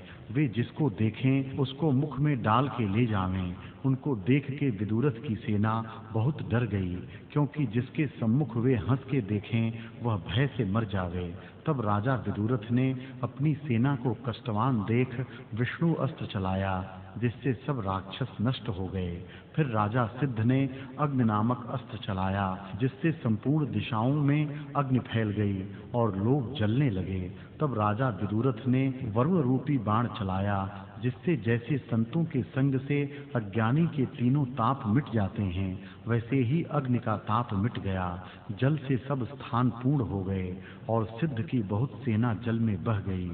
तब सिद्ध ने शोषण में अस्त्र चलाया, जिससे सब जल सूख गया, पर कहीं-कहीं कीचड़ रह गई। उसने फिर तेजो में बाण चलाया, जिससे कीचड़ भी सूख गई और विदुरथ की सेना गर्मी से व्याकुल होकर ऐसी तपने लगी जैसे मूर्ख का हृदय क्रोध से जलता है। तब विदुरथ ने मेघ नामक अस्त्र चलाया, जिससे मेघ वर्षने लगे और शीतल मंद मंद वायु चलने लगा। जैसे आत्मा की ओर आए जीव का संसरना घटता जाता है, वैसे ही विदुरथ की सेना शीतल हुई। फिर सिद्ध ने वायु रूपी अस्त्र चलाया, जिससे सूखे पत्र की भांति विदुरथ फिरने लगा। तब विदुरथ ने पहाड़ रूपी अस्त्र चलाया, जिससे पहाड़ों की वर्षा होने लगी और वायु का मार्ग रुक गया और वायु के क्षोभ मिट जाने से सब पदार्थ स्थिरभूत हो गए। जैसे संवेदन से रहित चित्त शांत होता है, वैसे ही सब शांत हो गए।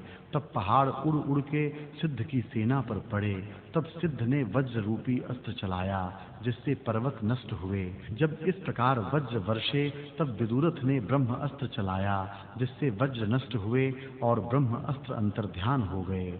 हे राम जी, इस प्रकार परस्पर इनका युद्ध होता था। जो अस्त्र सिद्ध चलावें उसको विदुरथ विदारण करें, और जो विदुरथ चलावें उसको सिद्ध विदारण कर डाले। निदान विदुरथ राजा ने एक ऐसा अस्त्र चलाया कि राजा सिद्ध का रथ चूर्ण हो गया और घोड़े भी सब चौपट कर डाले। तब सिद्ध राजा ने रथ से उतर ऐसा अस्त्र चलाया कि विदुरथ का रथ और घोड़े नष्ट हो गए और दोनों ढाल और तलवार लेकर युद्ध करने लगे। फिर दोनों रथवाहक और रथ ले आए, उसके ऊपर दोनों आरूढ़ होकर युद्ध करने लगे। विदुरथ ने सिद्ध पर एक बरछी चलाई, जो उसके हृदय में लगी और रुधिर चला। तब उसको देख लीला ने देवी से कहा, हे देव, मेरे भर्ता की जय हुई। हे राम जी, इस प्रकार लीला कहती ही थी कि सिद्ध ने बरछी चलाई, जो विदुरथ के हृदय में लगी, और उसको देख के विदुरथ की लीला शोकवान होकर कहने लगी, हे देव, मेरा भर्ता है, दुष्ट सिद्ध ने बड़ा कष्ट दिया है। हे राम जी, फिर सिद्ध ने एक ऐसा खड्ग चलाया कि जिससे विदुरथ के पांव कट गए और घोड़े भी कट गए, पर तो भी विदुरथ युद्ध करता रहा। फिर सिद्ध ने विदुरथ के सिर पर खड्ग का प्रहार किया, तो वह मूर्छा खाके गिर पड़ा। ऐसे देख के उसके सारथी रथ को गृह में ले आने लगे, तो सिद्ध उसके पीछे दौड़ा कि मैं इसका शीश ले आऊं, परंतु पकड़ न सका। जैसे अग्नि में मच्छर प्रवेश नहीं कर सकता, वैसे ही देवी के प्रभाव से विदुरथ को न पकड़ सका। इत श्री योग वासिष्ठे उत्पत्ति प्रकरणे विदुरथ मरण वर्णन नाम चतुस्त्रिंशतमः सर्गः। वशिष्ठ जी बोले, हे राम जी, तब सारथी राजा को गृह में ले आया, तो स्त्रियां, मंत्री, बांधव और कुटुंबी रुदन करने लगे और बड़े शब्द होने लगे। सिद्ध की सेना लूटने लगी। हाथी घोड़े स्वामी बिना फिरते थे। फिर ढिढोरा फिराया गया कि राजा सिद्ध की विजय हुई। निदान सब ओर शांति हुई। सिद्ध राजा के ऊपर छत्र होने लगा और सब पृथ्वी का राजा वही हुआ। जैसे क्षीर समुद्र से मंदराचल निकल के शांत हुआ, वैसे ही सब ओर शांति हुई। हे राम जी, जब राजा विदुरथ गृह में आया तब उसकी और दूसरी लीला को देख के प्रबुद्ध लीला कहने लगी। हे देव, यह शरीर से वहां क्यों कर जा प्राप्त होगी? यह तो भर्ता को ऐसे देख के मृतक रूप हो गई है और राजा भी मृत्यु के निकट पड़ा है, केवल कुछ श्वास आते जाते हैं। देवी बोली, हे लीले, यह जितने आरंभ तू देखती है कि युद्ध हुआ और नाना प्रकार का जगत है, सो सब भ्रांति मात्र है। और तेरा भर्ता जो पद्म था, उसका हृदय जो मंडपाकाश में था, वहीं यह संपूर्ण जगत स्थित है। वशिष्ठ ब्राह्मण का मंडपाकाश चिदाकाश के आश्रय स्थित है। हे लीले, यह संपूर्ण जगत वशिष्ठ ब्राह्मण की पुर्यस्तक में स्थित है, सो आकाश में ही आकाश स्थित है। किंचन है, इससे संपूर्ण जगत फुरता है, पर वास्तव में किंचन भी कुछ वस्तु नहीं, आत्मसत्ता ही अपने आप में स्थित है। उस आत्मसत्ता में अहं त्वं जगत भ्रम से भासता है, कुछ उपजा नहीं। हे लीले, उस वशिष्ठ ब्राह्मण के मंडपाकाश में नाना प्रकार के स्थान हैं और उनमें प्राणी आते जाते और नाना व्यवहार करते भासते हैं। जैसे स्वप्न सृष्टि में नाना प्रकार के आरंभ भासते हैं, सो असत रूप हैं, वैसे ही यह जगत भी असत रूप है। हे लीले, न यह दृष्टा है और न आगे दृश्य है, सब भ्रम रूप है। दृष्टा, दर्शन, दृश्य त्रिपुटी व्यवहार में है, जो दृश्य नहीं तो दृष्टा कैसे हो? सब असत रूप है। इनसे रहित जो परम पद है, वह उदय अस्त से रहित नित्य अज शुद्ध अविनाशी और अद्वैत रूप अपने आप में स्थित है। जब उसको जानता है तब दृश्य भ्रम नष्ट हो जाता है। हे लीले, दृश्य भ्रम से भासता है, वास्तव में न कुछ उपजा है न उपजेगा। जितने सुमेरु आदिक पर्वत, जल और पृथ्वी आदिक तत्व भासते हैं, वे सब आकाश रूप हैं। जैसे स्वप्न सृष्टि प्रत्यक्ष भासती है परंतु वास्तव में कुछ नहीं, वैसे ही इस जगत को भी जानो। हे लीले, जीव जीव प्रति अपनी अपनी सृष्टि है, परंतु उसमें सार कुछ नहीं। जैसे केले के खंभे में सार कुछ नहीं निकलता, वैसे ही इस सृष्टि में विचार करने से सार कुछ नहीं निकलता, चित्त संवेदन के फुरने से भासता है। हे लीले, तेरे भर्ता पद्म की जो सृष्टि है, सो वशिष्ठ ब्राह्मण के मंडपाकाश में स्थित है, अर्थात विदुरथ का जगत पद्म के हृदय में स्थित है। वहाँ तेरा शरीर पड़ा है और राजा पद्म का भी शव पड़ा है। हे लीले, तेरे भर्ता पद्म की सृष्टि हमको प्रदेश मात्र है। उस प्रदेश मात्र में अंगुष्ठ प्रमाण हृदय कमल है, उसमें तेरे भर्ता का जीवाकाश है और उसमें यह जगत फुरता है। सो प्रदेश मात्र भी है और दूर से दूर कोटि योजन पर्यंत है। मार्ग में वज्रसार की भांति तत्वों का आवरण है, उसको लांघ के तेरे भर्ता की सृष्टि है। जहाँ वह शव पड़ा है, उसके पास यह लीला जाय प्राप्त हुई। लीला ने पूछा, हे देव, ऐसे मार्ग को लांघ के वह क्षण में कैसे प्राप्त हुई? और जिस शरीर से जाना था, वह शरीर तो यहीं पड़ा है, वह किस रूप से वहां गई और वहां के लोगों ने उसको देख के कैसे जाना? सो संक्षेप से कहो। देवी बोली, हे लीले, इस लीला के वृतांत की महिमा ऐसी है जिसके धारे से यह जगत भ्रम निवृत्त हो जाता है, उसे मैं संक्षेप से कहती हूँ। हे लीले, जो कुछ जगत भासता है वह सब भ्रम मात्र है। यह भ्रम रूप जगत पद्म के हृदय में फुरता है, उसमें विदुरथ का जन्म भी भ्रम मात्र है, लीला का प्राप्त होना भी भ्रम है, संग्राम भी भ्रम रूप है, विदुरथ का मरना भी भ्रम रूप है और उसके भ्रम रूप जगत में तुम हम बैठे हैं। लीला तू भी और राजा भी भ्रम रूप है और मैं सर्वात्मा हूँ, मुझको सदा यही निश्चय रहता है। हे लीले, जब मेरा भर्ता मृतक होने लगा था तब मुझसे उसका स्नेह बहुत था, इसलिए तू महासुंदर भूषण पहने हुए वासना के अनुसार उसको प्राप्त हुई है। हे लीले, जब जीव मृतक होता है तब प्रथम उसका अंतवाहक शरीर होता है, फिर वासना से आधिभौतिक होता है। उसी के अनुसार तेरा भर्ता जब मृतक हुआ तब प्रथम उसका अंतवाहक शरीर था, उससे आधिभौतिक हो गया, और जब आधिभौतिक हुआ तब प्रथम उसका जन्म भी हुआ और मरण भी हुआ।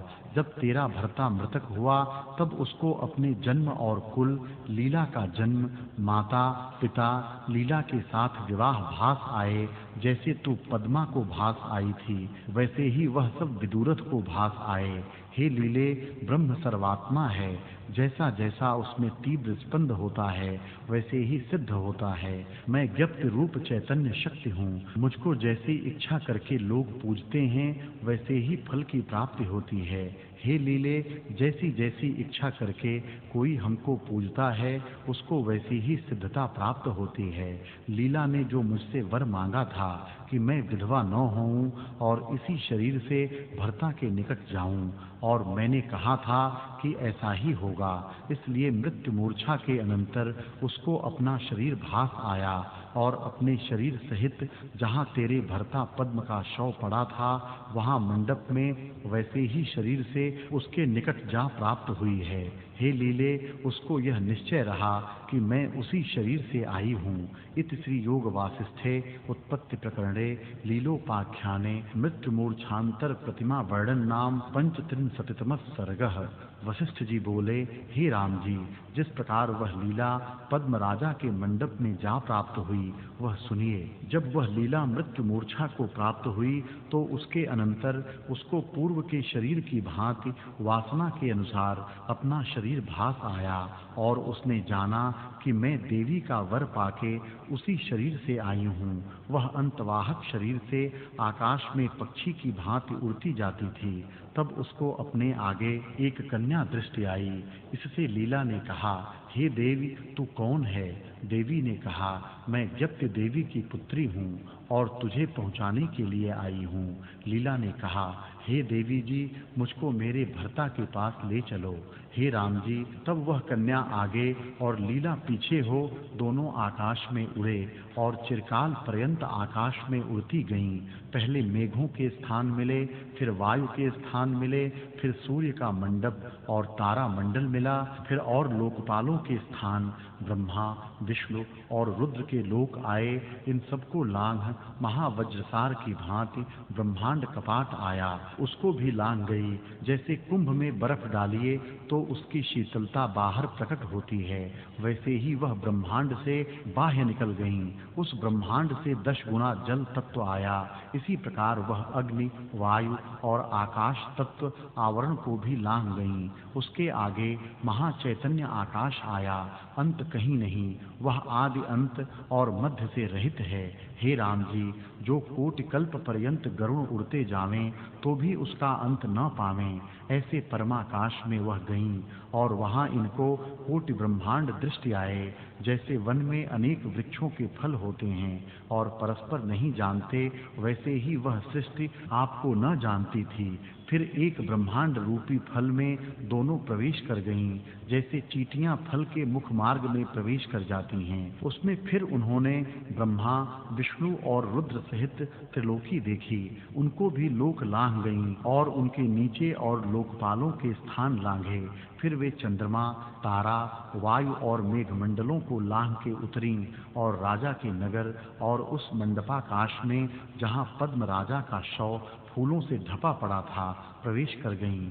इसके अनंतर वह कुमारी इस भांति अंतर्ध्यान हो गई जैसे कोई मायावी पदार्थ हो और अंतर्ध्यान हो जावे। लीला पद्म के पास बैठ गई और मन में विचारने लगी कि यह मेरा भर्ता है, वहां इसने संग्राम किया था, अब शूरमा की गति को प्राप्त हुआ है और इस परलोक में आए के सोया है। उसके पास मैं भी अपने शरीर से देवी जी के वर से आन प्राप्त हुई हूँ। मेरा ऐसा अब कोई नहीं और मैं बड़े आनंद को प्राप्त हुई हूँ। हे राम जी, ऐसे विचार के पास एक चमर पड़ा था, उसको हाथ में लेके भर्ता के लिए हिलाने लगी।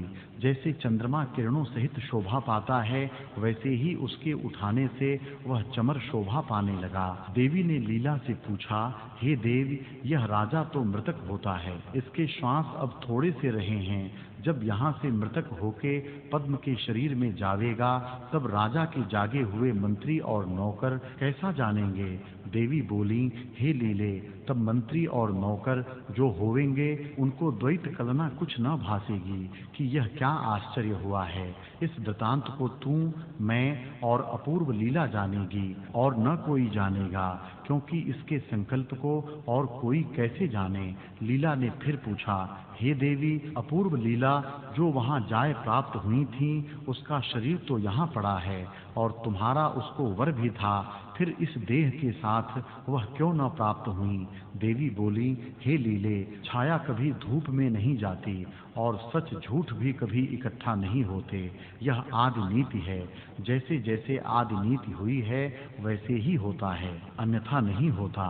हे लीले, जो परछाई में वैताल कल्पना मिटी, तो परछाई और वैताल इकट्ठे नहीं होते, वैसे ही भ्रम रूप जगत का शरीर उस जगत में नहीं जाता, और दूसरे के संकल्प में दूसरा अपने शरीर से नहीं जा सकता, क्योंकि वह और शरीर है और यह और शरीर है। वैसे ही राजा के जगत दर्पण में लीला के संकल्प का शरीर नहीं प्राप्त हुआ। मेरे वर से वह सूक्ष्म देह से प्राप्त हुई। जब उसको मृत्यु की इच्छा प्राप्त हुई, तब उसको उसका सा ही अपना शरीर भी भास आया। उसका शरीर संकल्प में स्थित था, सो अपना संकल्प वह साथ ले गई। इससे अपने उसी शरीर से वह गई है। उसने आपको ऐसे जाना कि मैं वही लीला हूँ। हे लीले, आत्मसत्ता सर्वात्म रूप है। जैसी जैसी भावना उसमें दृढ़ होती है, वैसा ही वैसा रूप हो जाता है। जिसका यह निश्चय हुआ है कि पांच भौतिक रूप हूँ, उसको ऐसे ही दृढ़ होता है कि मैं उड़ नहीं सकता। हे लीले, यह लीला तो अविदित वेद थी, अर्थात अज्ञान सहित थी, और उसका आदि भौतिक भ्रम नहीं निवृत्त हुआ था, परंतु मेरा वर था, इस कारण उसको मृत्यु मूर्छा के अनंतर यह भास आया कि मैं देवी के वर से चली जाऊंगी। इस वासना की दृढ़ता से वह प्राप्त हुई है। हे लीले, यह जगत भ्रांति मात्र है। जैसे भ्रम से रस्सी में सर्प भासता है, वैसे ही आत्मा में भी भ्रम से जगत भासता है। सब जगत आत्मा में आभास रूप है। उसका अधिष्ठान आत्मसत्ता अपने ही अज्ञान से दूर भासता है। हे लीले, ज्ञानवान पुरुष सदा शांत रूप और आत्मानंद से तृप्त रहते हैं, पर अज्ञानी शांति कैसे पावें? जैसे जिसको ताप चढ़ा होता है, उसका अंतःकरण जलता है और तृषा भी बहुत लगती है, वैसे ही जिसको अज्ञान रूपी ताप चढ़ा हुआ है, उसका अंतर राग द्वेष से जलता है, और विषयों की तृष्णा रूपी तृषा भी बहुत होती है। जिसका अज्ञान रूपी तम नष्ट हुआ है, उसका अंतर राग द्वेषादिक से नहीं जलता, और उसकी विषय की तृष्णा भी नष्ट हो जाती है। इत श्री योग वासिष्ठे मंडपाकाश गमन वर्णन नाम षट्त्रिंशतमः सर्गः। देवी बोली, हे लीले, जो पुरुष अविदित वेद है, अर्थात जिसने जानने योग्य पद नहीं जाना, वह बड़ा पुण्यवान भी हो तो भी उसको अंतवाहकता नहीं प्राप्त होती। अंतवाहक शरीर भी झूठे हैं, क्योंकि संकल्प रूप हैं। इससे जितना जगत तुझको भासता है, वह कुछ उपजा नहीं। शुद्ध चिदाकाश सत्ता अपने आप में स्थिर है। फिर लीला ने पूछा, हे देव, जो यह सब जगत संकल्प मात्र है, तो भाव और अभाव रूप पदार्थ कैसे होते हैं? अग्नि उष्ण रूप है, पृथ्वी स्थिर रूप है, बर्फ शीतल है, आकाश की सत्ता है, काल की सत्ता है, कोई स्थूल है, कोई सूक्ष्म पदार्थ है, ग्रहण, त्याग, जन्म, मरण होता है, और मृतक हुआ फिर जन्मता है, इत्यादि सत्ता कैसे भासती है? देवी बोली, हे लीले, जब महाप्रलय होता है, तब सब पदार्थ अभाव को प्राप्त होते हैं, और काल की सत्ता भी नष्ट हो जाती है। उसके पीछे अनंत चिदाकाश सब कलनाओं से रहित और बोध मात्र ब्रह्म सत्ता ही रहती है। उस चैतन्य मात्र सत्ता से जब चित्त संवित होती है तब चैतन्य संवित में आपको तेज अणु जानता है। जैसे स्वप्न में कोई आपको पक्षी रूप उड़ता देखे वैसे ही देखता है, उससे स्थूलता होती है, वही स्थूलता ब्रह्मांड रूप होती है। उससे तेज अणु आपको ब्रह्मा रूप जानता है, फिर ब्रह्मा रूप होकर जगत को रचता है। जैसे जैसे ब्रह्मा चेतता जाता है वैसे ही वैसे स्थूल रूप होता जाता है। आदि रचना ने जैसा निश्चय किया है कि यह ऐसे हो और इतने काल रहे, उसका नाम नीति है। जैसे आदि रचना नियत की है, वह ज्यों की त्यों होती है, उसके निवारण करने को किसी की सामर्थ्य नहीं। वास्तव में आदि ब्रह्मा भी अकारण रूप है, अर्थात कुछ उपजता नहीं, तो जगत का उपजना कैसे कहूँ।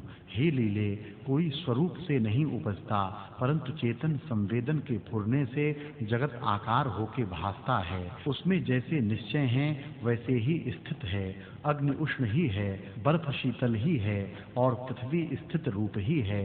जैसे उपजते हैं वैसे ही स्थित हैं। हे लीले, जो चेतन है उस पर यह नीति है कि वह उपदेश का अधिकारी है, और जो जड़ है उसमें वही जड़ता स्वभाव है।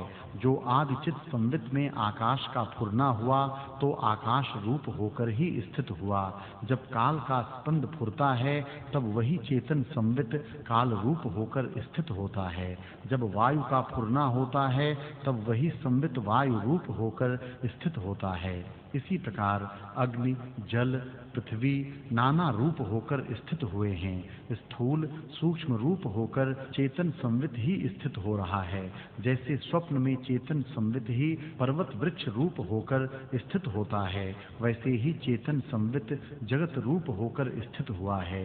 हे लीले, जैसे आदि नीति ने पदार्थों के संकल्प रूप धारे हैं वैसे ही स्थित हैं। उनके निवारण करने की किसी की सामर्थ्य नहीं, क्योंकि चेतन का तीव्र अभ्यास हुआ है। जब यही संवित उलटकर और प्रकार स्पंद हो तब और ही प्रकार हो, अन्यथा नहीं होता। हे लीले, यह जगत सत्य नहीं। जैसे संकल्प नगर भ्रम सिद्ध है और जैसे स्वप्न पुरुष और ध्यान नगर असत रूप होता है, वैसे ही यह जगत भी असत रूप है और अज्ञान से सत्य की भांति भासता है। जैसे स्वप्न सृष्टि के आदि में तन्मात्र सत्ता होती है और उस तन्मात्र सत्ता का आभास किंचित स्वप्न सृष्टि का कारण होता है, वैसे ही यह जागृत जगत के आदि तन्मात्र सत्ता होती है और उससे किंचन अकारण रूप यह जगत होता है। हे लीले, यह जगत वास्तव में कुछ उपजा नहीं, असत ही सत्य की भांति होकर भासता है। जैसे स्वप्न की अग्नि स्वप्न में असत ही सतरूप होकर भासती है, वैसे ही अज्ञान से यह असत जगत सत भासता है और जन्म मृत्यु और कर्मों का फल होता है। सो तू श्रवण कर। हे लीले, बड़ा और छोटा जो होता है सो देश काल और द्रव्य से होता है। एक बाल्यावस्था में मृतक होते हैं और एक यौवन अवस्था में मृतक होते हैं। जिसकी देश काल और द्रव्य की चेष्टा यथा शास्त्र होती है, उसकी गति भी शास्त्र के अनुसार होती है, और जो चेष्टा शास्त्र के विरुद्ध होती है तो आयु भी वैसी ही होती है। एक क्रिया ऐसी है जिससे आयु वृद्धि होती है और एक क्रिया से घट जाती है। इसी प्रकार देश, काल, क्रिया, द्रव्य आयु के घटाने बढ़ाने वाली हैं। उनमें जीवों के शरीर बड़ी सूक्ष्म अवस्था में स्थित हैं। यह आदि नीति रची है। युगों की मर्यादा जैसे हैं वैसे ही हैं। 100 दिव्य वर्ष कलयुग के, 200 दिव्य वर्ष द्वापर के, 300 त्रेता के और 400 सतयुग के दिव्य वर्ष हैं। लौकिक वर्षों के अनुसार 4,32,000 वर्ष कलयुग है, 8,64,000 वर्ष द्वापर युग है, 12,96,000 वर्ष त्रेता है और 17,28,000 वर्ष सतयुग है।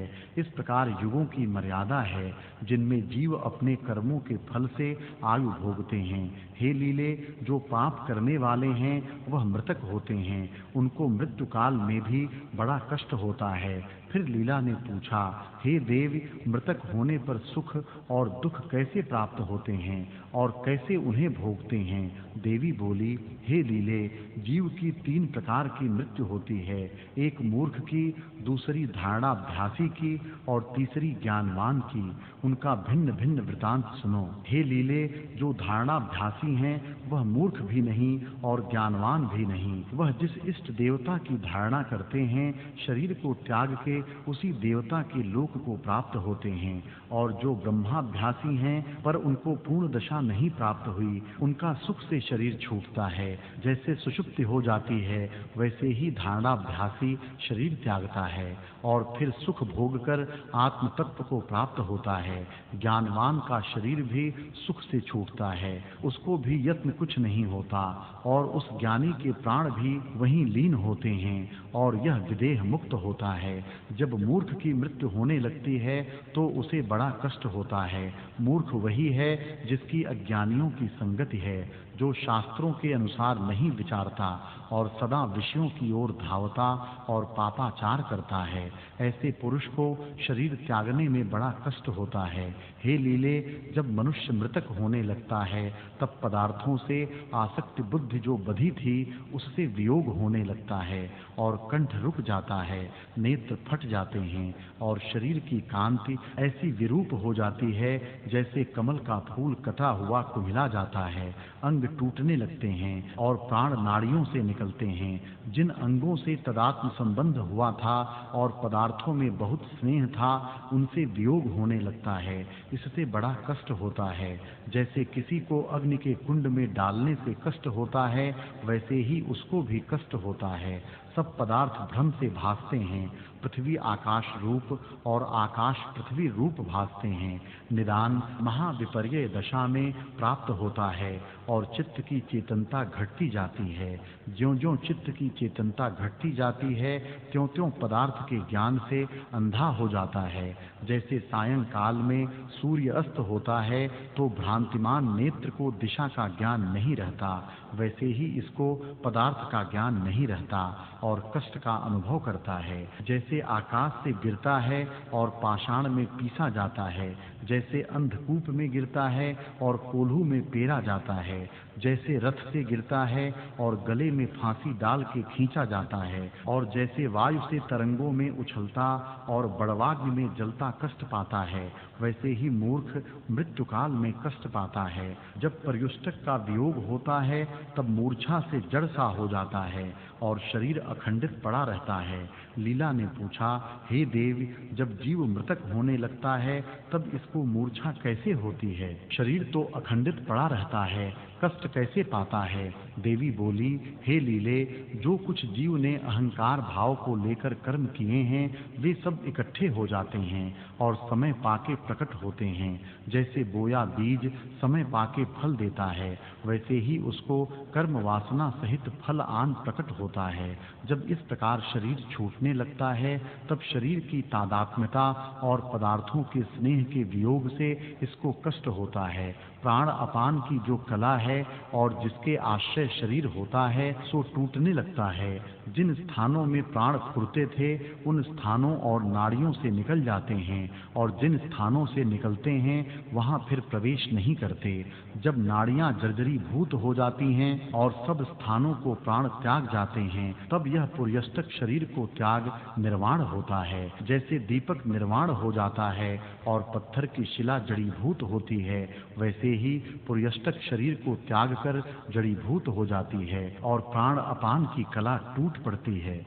हे लीले, मरना और जन्म भी भ्रांति से भासता है, आत्मा में कोई नहीं। संवित मात्र में जो संवेदन फुरता है सो अन्य स्वभाव से सत्य की भांति होकर स्थित होता है और मरण और जन्म उसमें भासते हैं और जैसी जैसी वासना होती है उसके अनुसार सुख दुख का अनुभव करता है। जैसे कोई पुरुष नदी में प्रवेश करता है तो उसमें कहीं बहुत जल और कहीं थोड़ा होता है, कहीं बड़े तरंग होते हैं और कहीं सोमजल होता है, पर वे सब सोमजल में होते हैं। वैसे ही जैसी वासना होती है उसी के अनुसार सुख दुख का अनुभव होता है और अधः ऊर्ध्व मध्य वासना रूपी गड्ढे में गिरते हैं। शुद्ध चैतन्य मात्र में कोई कल्पना नहीं, अनेक शरीर नष्ट हो जाते हैं और चैतन्य सत्ता ज्यों की त्यों रहती है।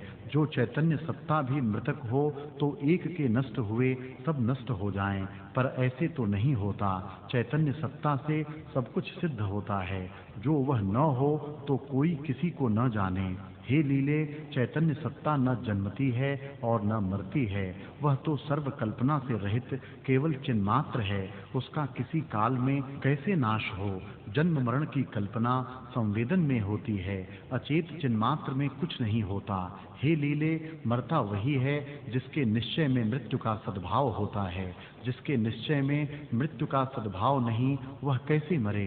जीव को जब दृश्य का अत्यंत अभाव हो तब बंधों से मुक्त हो। वासना ही इनके बंधन का कारण है।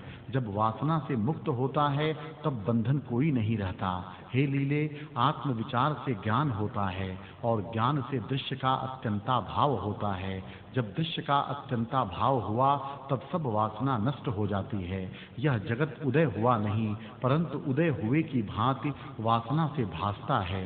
इससे वासना का त्याग करो।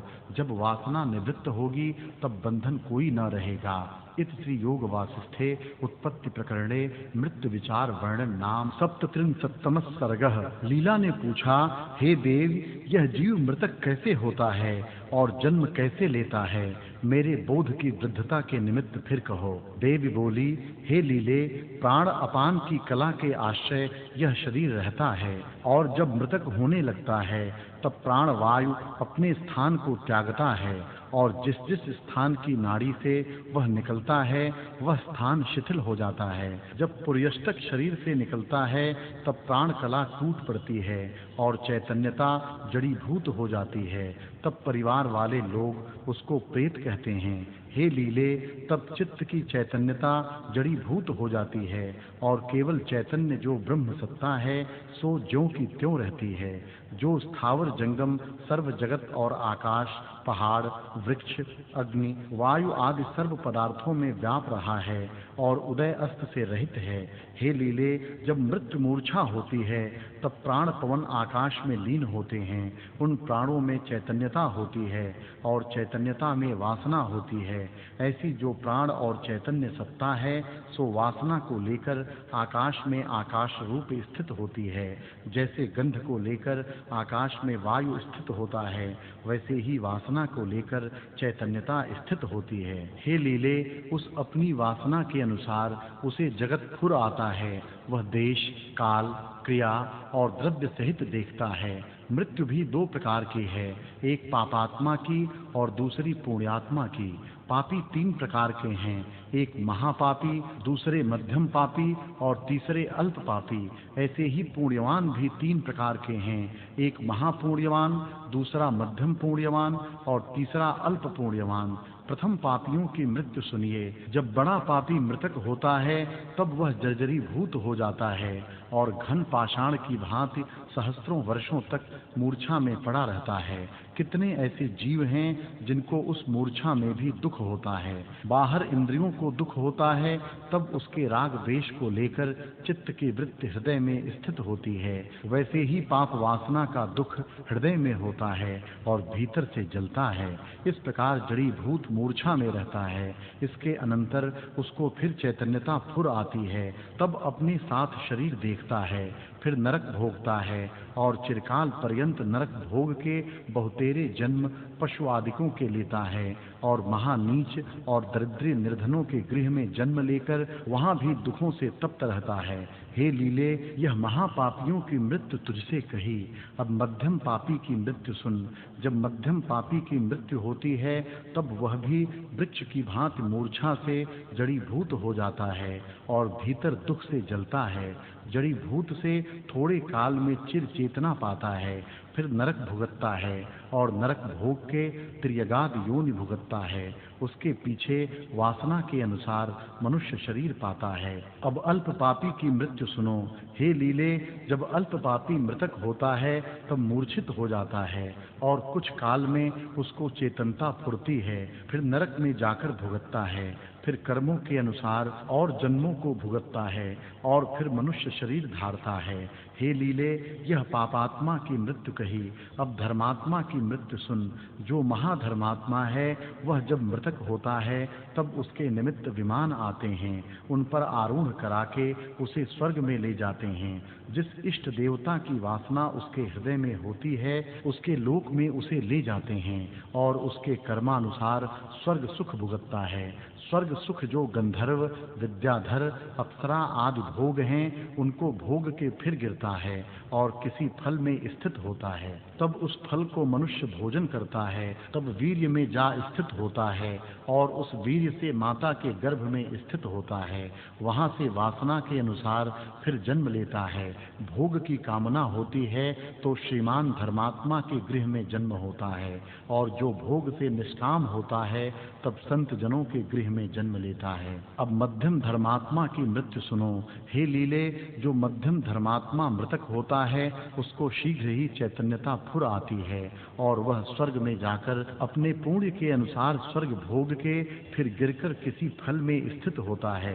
जब फिर उस फल को कोई पुरुष भोजन करता है तब पिता के वीर्य द्वारा माता के गर्भ में आता है और वासना के अनुसार जन्म लेता है। अल्प धर्मात्मा जब मृतक होता है तब उसको यह फुर आता है कि मैं मृतक हुआ हूँ, मेरे बांधवों और पुत्रों ने मेरी पिंड क्रिया की है और पितर लोक में चला जाता हूँ। वहाँ वह पितर लोक का अनुभव करता है और वहाँ के सुख भोग के गिरता है। तब धान्य में स्थित होता है। जब उस धान्य को पुरुष भोजन करता है तब वीर्य रूप होके स्थित होता है। फिर उस वीर्य द्वारा माता के गर्भ में आ जाता है और वासना के अनुसार जन्म लेता है। हे लीले, जब पापी मृतक होता है तब उसको महाक्रूर मार्ग भासता है और उस मार्ग पर चलता है जिसमें चरणों में कंटक चुभते हैं, शीश पर सूर्य तपता है और धूप से शरीर कष्टवान होता है।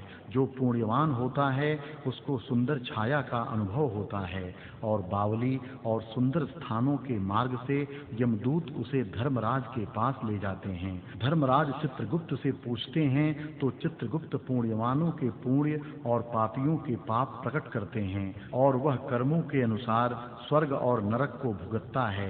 फिर वहां से गिर के धान्य अथवा और किसी फल में आन स्थित होता है। जब उस अन्न को पुरुष भोजन करता है तब वह स्वप्न वासना को लेकर वीर्य में आन स्थित होता है। जब पुरुष का स्त्री के साथ संयोग होता है तब वीर्य द्वारा माता के गर्भ में आता है।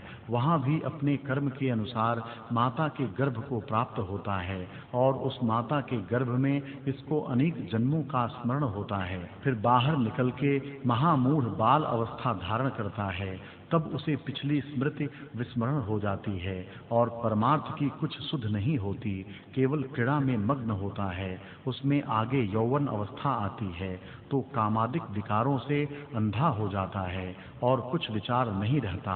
फिर वृद्धावस्था आती है तो शरीर महाकृश हो जाता है, बहुत रोग उपजते हैं और शरीर कुरूप हो जाता है। जैसे कमलों पर बर्फ पड़ती है वे कुम्हिला जाते हैं, वैसे ही वृद्ध अवस्था में शरीर कुम्हिला जाता है और सब शक्ति घटकर तृष्णा बढ़ती जाती है। फिर कष्टवान होकर मृतक होता है तब वासना के अनुसार स्वर्ग नरक के भोगों को प्राप्त होता है।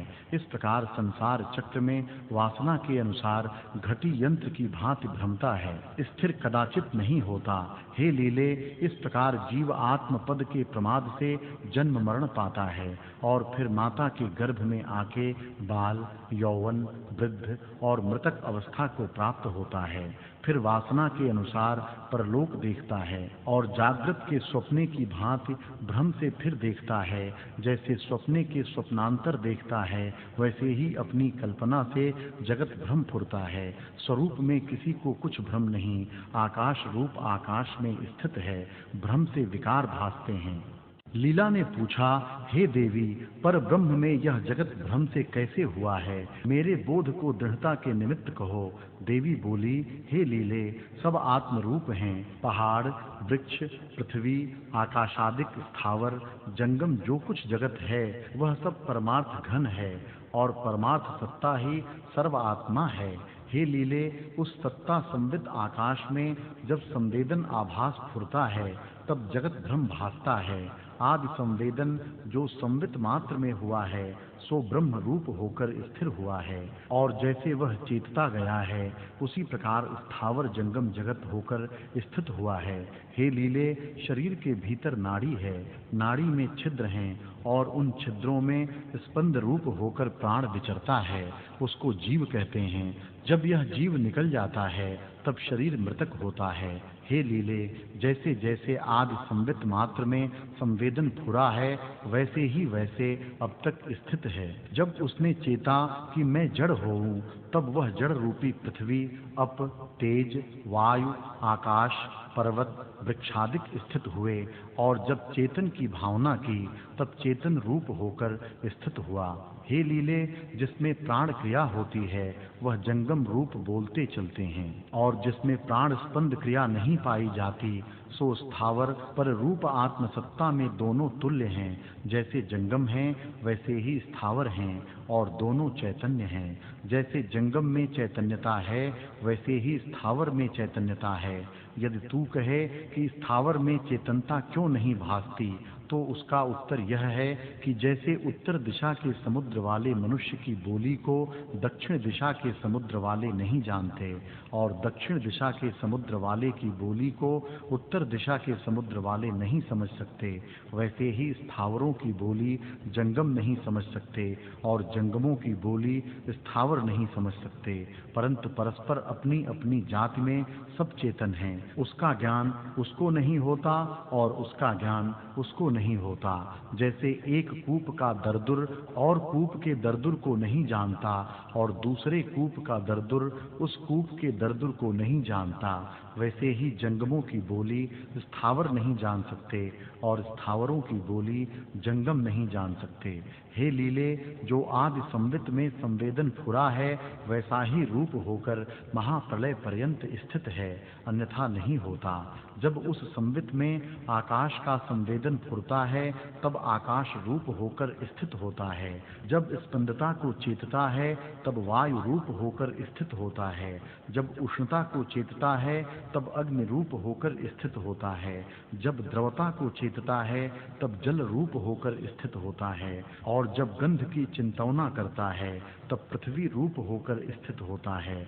उसी प्रकार जिन जिनको चेतता है वे पदार्थ प्रकट होते हैं। आत्मसत्ता में सब प्रतिबिंबित हैं। वास्तव में न कोई स्थावर है न जंगम है, केवल ब्रह्म सत्ता ज्यों की त्यों अपने आप में स्थित है, और उसमें भ्रम से जगत भासते हैं और दूसरी कुछ वस्तु नहीं। हे लीले, अब राजा विदुरथ को देख कि मृतक होता है।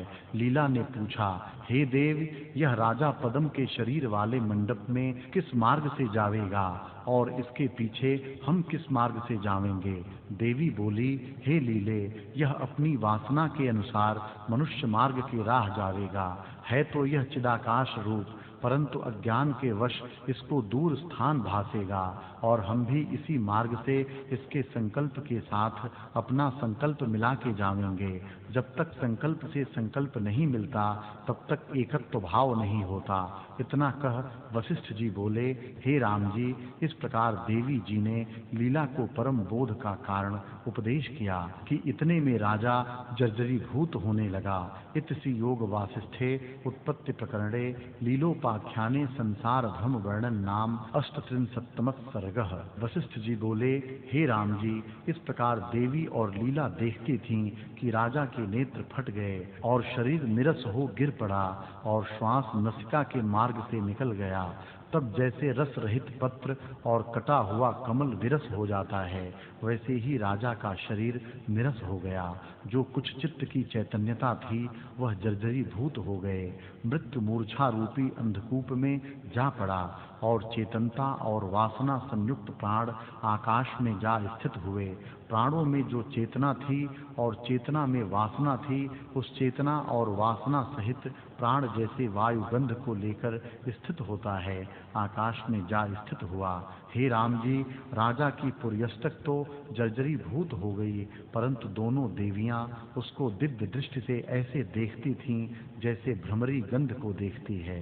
राजा एक मुहूर्त पर्यंत तो मूर्छा में रहा, फिर उसको चेतनता फुर आई और अपने साथ शरीर देखने लगा। उसने जाना कि मेरे बांधवों ने मेरी पिंड क्रिया की है। उसको मेरा शरीर भाया और धर्मराज के स्थान को मुझे दूत ले चले हैं। हे राम जी, इस प्रकार अनुभव करता वह धर्मराज के स्थान को चला और उसके पीछे देवी जैसे वायु के पीछे गंध चली जाती है चली। जैसे गंध के पीछे भ्रमरी जाती है, वैसे ही राजा विदुरथ धर्मराज के पास पहुंच गया। धर्मराज ने चित्रगुप्त से कहा कि इसके कर्म विचार को कहो। चित्रगुप्त ने कहा, हे भगवन, इसने कोई अपकर्म नहीं किया बल्कि बड़े-बड़े पुण्य किए हैं और भगवती सरस्वती का इसको वर है। इसका शव फूलों से ढका हुआ है। उस शरीर में यह भगवती के वर से जाकर प्रवेश करेगा।